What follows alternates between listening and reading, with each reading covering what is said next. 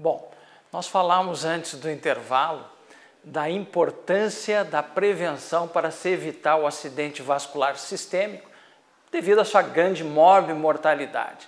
E alguns pacientes, os pacientes são teimosos, né? Então eles não se cuidam direito. E uma das coisas que a gente faz em consultórios é assim: o senhor quer ficar inválido em cima da cama? O senhor quer ficar entrevado?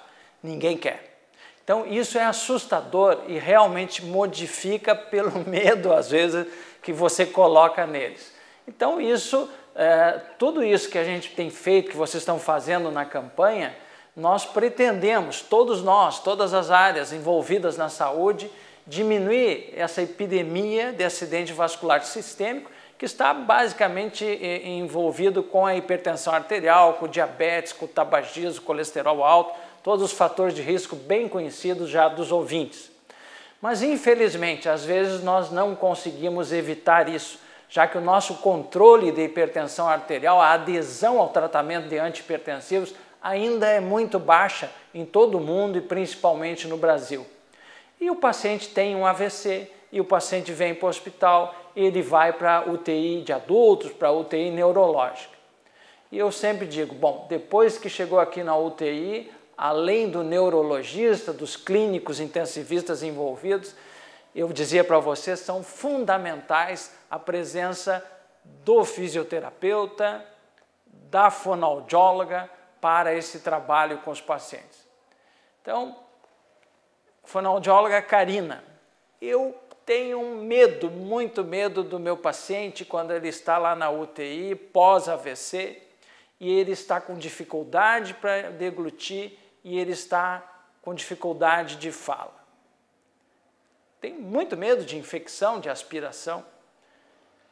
Como você pode nos ajudar nessas situações? Isso. Bom, em primeiro lugar, gostaria de agradecer a oportunidade de vir aqui falar com vocês, né, e mostrar um pouco a realidade da fonoaudiologia, né, em pacientes pós-AVC, né, porque a gente já pega esse paciente já acometido, né, da doença. E, de fato, assim, a gente, quando o paciente chega ao nosso atendimento, é encaminhado por médicos, e já numa situação assim crítica, né? É claro que estável a parte clínica da parte geral, mas crítica ainda na parte da deglutição, na parte da comunicação, normalmente é o que mais a fonoaudiologia interage, né? Então, na parte da deglutição, a gente vê assim que os pacientes, num primeiro momento, estão sondados, né, com uma sonda nasoentérica. E aí a fonoaudióloga entra para fazer já uma avaliação para ver as condições desse paciente para receber uma via oral com segurança, né? E a gente se depara muitas vezes com uma alteração maior desses órgãos fonoarticulatórios, né? Uma diminuição na sensibilidade, porque muitas vezes ocorre outras alterações como paralisias, tanto faciais como internas, né, de prega vocal, parede faríngea. Então, a gente tem que reabilitar esse paciente, melhorar as condições clínicas em termos de reflexos orais, mobilidade dos órgãos fonoarticulatórios, para numa segunda etapa entrar com uma dieta via oral com segurança, minimizando o risco aspirativo desse paciente. Então, no primeiro momento, a gente faz essa avaliação, entra com uma terapia que a gente chama indireta, que é justamente com exercícios, com estímulos, para potencializar essa musculatura, voltar um pouco essa dinâmica de mobilidade para que a gente tenha uma segurança. Na parte da deglutição, a gente sabe que tem que ter todo um movimento, uma fisiologia assim, de elevação de laringe, fechamento de prega vocal, comando da fase oral, né? A deglutição tem 3 fases, a fase oral, a fase faríngea e a esofágica. A gente tem que preparar esse paciente para receber essa dieta de forma mais segura, minimizando os riscos, né? E essa avaliação a gente tem assim de mão a avaliação da videofluoroscopia, né? E a nasofibroscopia. Na videofluoroscopia, o raio-x, que é oferecido um alimento com contraste, e a gente consegue um exame dinâmico, observando todas as fases da deglutição. Fases nessa que eu mencionei há pouco, a fase oral, a faríngea e a esofágica. E a gente, nesses exames, a gente também não mensura só se ele aspira ou não aspira, né? A gente vê nesse exame, assim, a aspiração ocorreu antes da deglutição, durante a deglutição, após a deglutição, que áreas que a gente teria que abordar, fortalecimento de fase oral, preparo da dinâmica de fechamento de prega vocal, o que a gente teria para adequar esse paciente. Muitas vezes o paciente não tem condições de ir até um exame de videofluoroscopia, porque tem que sair, está uma CTI, por exemplo. E aí a gente usa a mão do exame de nasofibroscopia, realizado por médico, e nesse exame a gente já consegue também uma avaliação diferente de observar a mobilidade dessa prega vocal, a mobilidade de toda a estrutura rinofaringe e orofaringe, verificando a sensibilidade, que para nós é de suma importância, porque a gente sabe que o alimento está na cavidade oral, ele tem que também ter esse paciente, vamos dizer, a cognição dele tem que estar mais favorável para que ele consiga ingerir esse alimento de forma segura, né? Então a gente tem como, com exercícios, com estímulos intraorais, aumentar essa proteção, minimizando os riscos, né?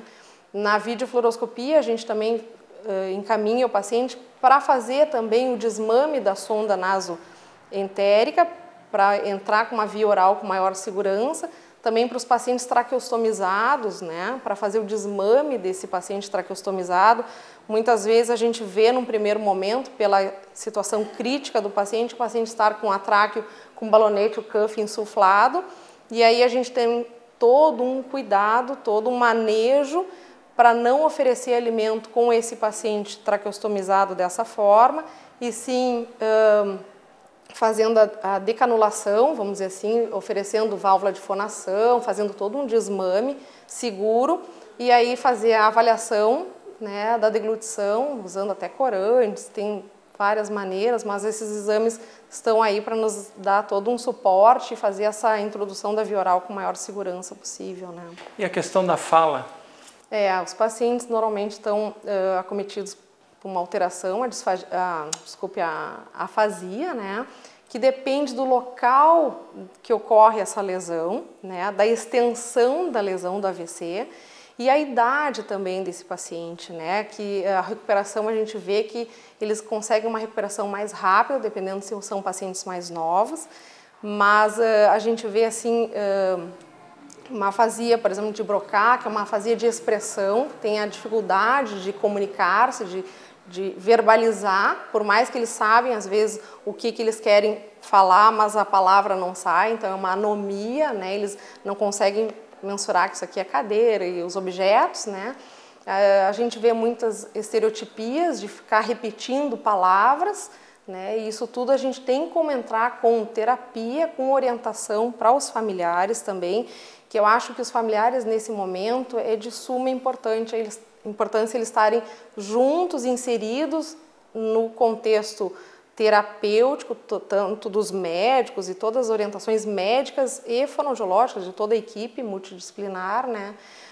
Porque a gente consegue, assim, às vezes, diminuir um pouco a ansiedade dessa família perante uma situação, mas meu parente não está conseguindo, né? O esposo não está conseguindo vocalizar, eu não consigo me comunicar, então as orientações que a gente oferece de dar ordem simples, nomear os objetos, não fazer perguntas que tenha que ele responder de uma forma mais abrangente, que responda o sim ou não, né? Mostrar com figuras, cartazes, mostrar a escrita dos objetos também para ir, porque muitas vezes esses pacientes também têm alteração na escrita, né? E muitos na compreensão, que a gente chama de afasia de recepção, no caso, que é a de Vera, que depende da localização que ocorre o acidente vascular cerebral. Muito bem. Então nós tivemos assim uma grande explicação, muito didática, da fonoaudióloga Karina. Nós vamos para um novo intervalo e voltamos depois com a fisioterapeuta Ana Lúcia, não falando em prevenção, mas falando em fisioterapia, em reabilitação, que parece que é um dos motivos da campanha desse ano, né, Ana Lúcia? Então, após o intervalo, retornamos.